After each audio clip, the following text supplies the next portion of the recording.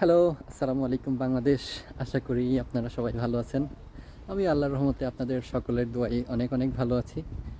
তো ইংল্যান্ডে আসার পর আমি যে কয়েকটা ভুল প্রতিনিয়ত করি বাইরে বের হওয়ার সময়, তার মধ্যে একটা হচ্ছে আমার সানগ্লাস না নিয়ে বের হওয়া।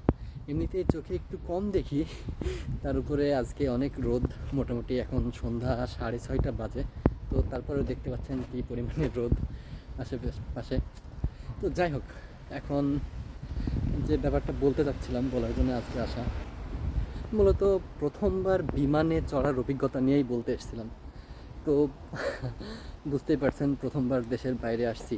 আম্মু, মামা, বোন, বন্ধু বান্ধব যারা মূলত আসার কথা ইংল্যান্ডে আসার আগে বিদায় জানাতে, তারা মোটামুটি এসছিল। তো আসার পরে একটা খুবই মর্মাহত অবস্থা। তো যাই হোক, সবার কাছ থেকে বিদায় নিলাম। নেওয়ার পর থেকে বিদায় নেওয়ার পর শাহজালাল আন্তর্জাতিক বিমানবন্দর, হয়তো ভুল বলেছি, একটু কারেকশন করে নিন। তো ঢোকার পরে প্রথমে হাতের ডান দিকে লাগেজ যেগুলো থাকে সাথে, সেইগুলো যদি র্যাপিং করা না থাকে তাহলে তারা র্যাপিং করে দেয়। তো প্রথমে আমাকে র্যাপিং করার জন্য ডাকলেও আমি সেখানে যাই, কিন্তু সেখানে 300 টাকা পেমেন্ট করতে হয়। আমার কাছে ছিল না বাংলাদেশি কোনো টাকা। তো ভাবলাম যে র্যাপিং না করেই যাই, দেখা যাক কী হয়। তো র্যাপিং না করিয়েই আমি চলে গেলাম টিকিট কালেকশনের জন্য, যেখানে মূলত লাগেজ ট্যাগ এবং বোর্ডিং পাস দেয়। তো একটা লম্বা কিউ আমার সামনে ছিল। সেটা পার হওয়ার পর আমার ব্যাগেজ এবং লাগেজ যেগুলো ছিল সেগুলো ওজন করলো এবং ট্যাগ লাগিয়ে দিল, লাগেজ ট্যাগ। তো আমি শুনেছিলাম যে হচ্ছে বিমানের যে ওঠার আগে যে প্রসেসিংগুলো আছে সেগুলো কমপ্লিট করতে একটা মোটামুটি লম্বা সময় লেগে যায়। সেই জন্য হাতে 3 ঘন্টা সময় নিয়ে ঢোকাই বেটার। তো আমি একেবারে প্রথম, যেহেতু কোনো অভিজ্ঞতা ছিল না, প্রায় 4 ঘন্টা আগেই ঢুকে পড়ি। তো এরপর লাগেজ ট্যাগ এবং বোর্ডিং পাস কালেক্ট করার পরে প্রায় 2-3 ঘন্টার মতো আমাকে ওয়েট করতে হয়েছিল। তো এই কালেকশনের পর বাংলাদেশে ইমিগ্রেশন ইমিগ্রেশন আমাকে ফেস করতে হয়েছিল। ইমিগ্রেশনে একজন ভদ্র মহিলা, সম্ভবত পুলিশের এসআই, তিনি আমাকে বেশ কিছু প্রশ্ন করলো এবং হয়তো কোনো কনভিকশন বা কোনো একটা কিছু ছিল। তো সেই জন্য তিনি আরেকজন সিনিয়র অফিসারের কাছে গেলেন এবং বললেন, আমার ভিসা পাসপোর্ট দেখালো। তো দেখানোর পর আরেকটা অফিসার বলল যে ইংল্যান্ডের ভিসার আবার চেক করা লাগে, কোনো কিছু চেক করা লাগবে না, ছেড়ে দেন। তো আমাকে সেখানে ছেড়ে দেয়। তো মজার, বেশ ভালো অভিজ্ঞতা ছিল ওই জায়গাটাই। তো ওই ব্যাপারটা আমি নেক্সট টাইমে বলবো ইনশাআল্লাহ।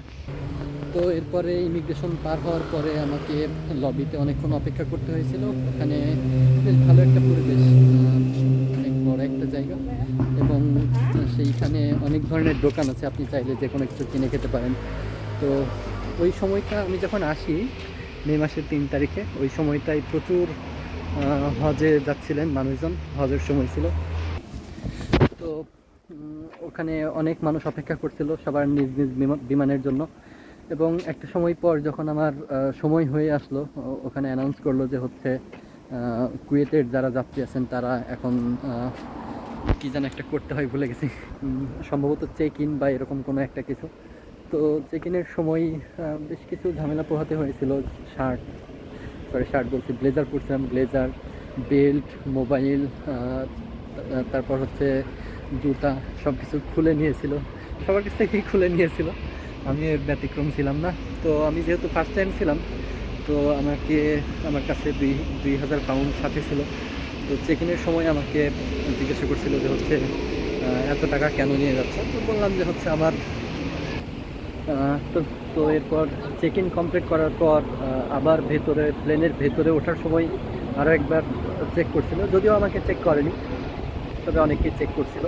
তো এরপর সোজা গিয়ে বসলাম বিমানের, একজন বিমানবালা দেখিয়ে দিল যে আমার সিট কোন দিকে। তো গেলাম, সিটে বসলাম, অন্যরকম একটা অভিজ্ঞতা। তো কিছু ছবি তুললাম। তো ওইখানে একটা জিনিস, ব্যাপারটা একটু আট লেগেছিলো, যদিও বুঝতে পারলাম যে বিজনেস এবং ইকোনমিক ক্লাসের মধ্যে পার্থক্যটা আসলে কোথায়। দেখলাম একজন বিমানবালা যখন একজনের ওই ব্যাগেজ বা লাগেজ উপরে উঠাতে প্রবলেম হচ্ছিল। তো তিনি হেল্প চাইছিলেন, তখন বিমানবালা বুঝিয়ে দিলেন যে এইভাবে তুলতে হবে। কিন্তু ইন দ্য মিন টাইম আমি দেখলাম যে বিজনেস ক্লাসের একজন যাত্রীকে সব কিছুই নিজের হাতে তুলে দিচ্ছিলেন। তো এরপর তো হ্যাঁ, আমার বিমানের নামটা বলতে ভুলে গিয়েছি, এটা ছিল কুয়েত এয়ারলাইন্স। এটা ট্রানজিট ছিল কুয়েতে। স্বাভাবিকভাবে ট্রানজিটটা কুয়েতেই হওয়ার কথা, যেহেতু কুয়েত এয়ারলাইন্স। তো আমার বিমান ভাড়ার খরচ লেগেছিল 63,000 টাকা। আমি প্রায় 10-15 দিন বা 20 দিন মতো আগে কেটেছিলাম, হয়তো একটু আগে কাটলে কম খরচ হয়। তো এরপর অ্যানাউন্সমেন্ট আসলো, তারপর কোরআন থেকে তেলাওয়াত হলো এবং এরপরেই বিমান নির্ধারিত সময়েই উঠতে শুরু করলো। তো ওরা কিছুক্ষণ পর একজন বিমানবালা এয়ার হোস্টেস খাবার নিয়ে আসলো। তো অনেক দূর থেকে বুঝছিলাম যে হচ্ছে তিনি বলছিলেন যে চিকেন অর ল্যাম্ব। তো এই যে ল্যাম্ব শব্দটা আমি বুঝতে পারছিলাম না, এবং হচ্ছে ব্রেন ফেড হয়েছিল ওই সময় যে আসলে উনি কী বলছে, যে ল্যাম্ব বলছে নাকি অন্য কোনো কিছু বলছে। তো সেই ক্ষেত্রে আমি দেখলাম যে ল্যাম্বের দিকে না যেয়ে আমার কাছে চিকেন খাওয়াটাই সেফ। এটা হইতে পারে হালাল, হইতে পারে হারাম, তো এত ঝামেলা না পোহায় আমার চিকেন খাওয়াই বেটার। তো যেহেতু এরপরে কুয়েতে ট্রানজিট আছে, ওর পর নিশ্চয়ই খাবার দেবে, তখন আমি আমার পছন্দ মতো খাবারটাই নেব। তো তখন চিকেন খেয়ে থাকতে হলো। কফি দিল। খাবারগুলা হয়তো অনেক পুষ্টিকর ছিল, কিন্তু আমার কাছে অতটা টেস্টি মনে হয় নাই। বাংলাদেশিরা যত সুস্বাদু খাবার খাই ওইরকম না, বাট কোয়ালিটি ভালো ছিল। তো এরপর কুয়েতে ট্রানজিট, যথেষ্ট ভালো একটা সময় কাটিয়েছি কুয়েতে। কিছু বাংলাদেশি স্টুডেন্ট বিষয়ে যারা আসছিল তাদের সাথে পরিচিত হয়েছিলাম কুয়েতে ট্রানজিটের সময়, তাদের সাথে একটা কোয়ালিটি টাইম স্পেন্ড করছি। তো অনেক সুন্দর একটা পরিবেশ ছিল ওইখানে। ও হ্যাঁ, কুয়েতেও কিন্তু আমাদের সবাইকে পুরোপুরিটাই উলঙ্গ করে ফেলা হয়েছিল। আমি বলবো যে মানে পোশাক আশাক যা আছে খুলে আবার চেক ইন করায় পুনরায় যখন আবার বিমানে উঠলাম তখন সব ঠিকঠাক ছিল, কোনো চেক ইন বা তেমন কোনো ঝামেলা ছিল না। এরপরে বিমানের সিটগুলো যেন কেমন একটু, তো আমি চেষ্টা করে ঘুমাতে পারি নাই। তো বিমানের ভেতর থেকে শব্দটা অত বোঝা যায় না, কিন্তু কানের মধ্যে কেমন যেন একটু প্রবলেম হয়। তো যারা বিমানে প্রথম উঠবেন, যাদের একটু সমস্যা হতে পারে, তারা একটা ভারী কোনো ইয়ারফোন বা কোনো কান ঢাকার জন্য তাহলে হয়তো ভালো হবে। তো এরপর ইংল্যান্ডে নামলাম। নামার পরে আসলে উত্তেজনা আনন্দ এর থেকেও ভয়টা বেশি ছিল, কারণ ভয় ছিল এই যে ইমিগ্রেশনে কী বলবে, কী কী ধরনের প্রশ্ন করবে, একটা এক্সামের মতো। তো এই ভয়টা অনেক ভালোই ভয় ছিল। ওকে, তো এই ভয়টা মোটামুটি দূর করে ফেলতেই হয়েছিল, কারণ আলটিমেটলি তো আমাকে সেটা ফেস করতেই হবে। তো যাই হোক, ওখানে বেশ কিছু প্রশ্ন করলেন ইমিগ্রেশন অফিসার, একজন ভদ্র মহিলা। আমি চাইছিলাম যেন আমার ভাগ্যে কোনো ভদ্র মহিলা না পড়ে, কিন্তু কি আর করার, আমি মেয়েদেরকে একটু ভয়টাই পাই। তো তো উনি বেশ কিছু প্রশ্ন করার পর বললেন ওয়েলকাম টু ইউকে। তো আমি আবার ভুল করে বলে ফেলছিলাম যে হচ্ছে যে আর ইউ শিওর। সে বলছে ইয়া শিওর। আমি বলছি ওকে, যাই তাহলে। তো ভেতরে যাওয়ার পরেও একটু তো মনে শঙ্কা ছিল যে হচ্ছে আসলেই কি আমি ইংল্যান্ডে আসলাম নাকি আমাকে ফিরতি বিমানে বাড়ি ফিরে যেতে হবে, একটু ভয় তো ছিলই। তো পরে দেখলাম যে যারা আমার সাথে ছিল, ওই সমস্ত স্টুডেন্ট বিষয়ে যারা এসেছিলো, তারা দেখলাম যে বেশ ভালোই আনন্দ করতেছে ইংল্যান্ডে প্রবেশ করার আনন্দে।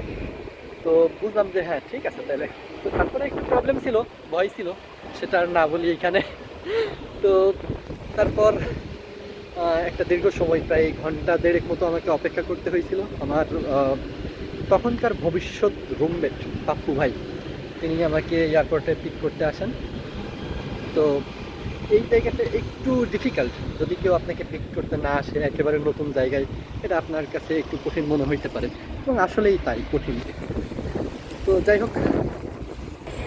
যাই হোক ঘন্টা দেড়েক পর আমার রুমমেট আসলেন এবং আমাকে নিয়ে গেলেন এয়ারপোর্টের ভেতরেই এলিজাবেথ লাইন নামের একটা ট্রেন আছে, সেই ট্রেনে আমরা হোয়াইট চ্যাপেল পর্যন্ত যাই এবং তারপর একটা চেঞ্জ করে কোনো একটা ট্রেন, যেরকম ডিস্ট্রিক্ট লাইন বা সেন্ট্রাল এরকম কোনো একটা ট্রেনে আমরা আপটন পার্কে নামি এবং আপটন পার্ক থেকে প্রায় 20 মিনিটের রাস্তা, 2টা লাগেজ 2জন নিয়ে আমরা রওনা দিই বাসার উদ্দেশ্যে। তো বাসায় যাওয়ার আগে আমাদেরকে 2টা পিলো এবং হচ্ছে একটা ডুভেটই তো বলে মনে হয়, সেইটা নিয়ে বাসায় যেতে হয়েছে। কারণ ওখানে যে আমি কি গায়ে দিয়ে শুয়ে থাকবো, যেহেতু আমি একেবারে গরম ওয়েদার থেকে এসেছি এবং ইউকেতে তো ঠান্ডা আপনারা জানেন, যদিও এখন সামার সিজন চলছে। আজকে ঠান্ডা নেই, মোটামুটি গরম। তো এই জন্যে একটা টি শার্ট আর একটা শার্ট পরেই বেরোয় গেছি। তো বাসায় আসার পর সব কিছু ঠিকঠাক করে পরের দিন থেকে আমার ইউকে জার্নি একেবারে স্টার্ট হলো। তো এই ছিল মোটামুটি, আরও ডিটেলসে হয়তো বলা যেতে পারতো, কিন্তু আশা করি যে প্রত্যেকটা ব্যাপার পার্ট বাই পার্ট আমি আপনাদেরকে ডিটেলসে বলবো। তো ঠিক আছে, দেখা হবে খুব শীঘ্রই নতুন কোনো ভিডিওতে, নতুন কোনো তথ্য নিয়ে।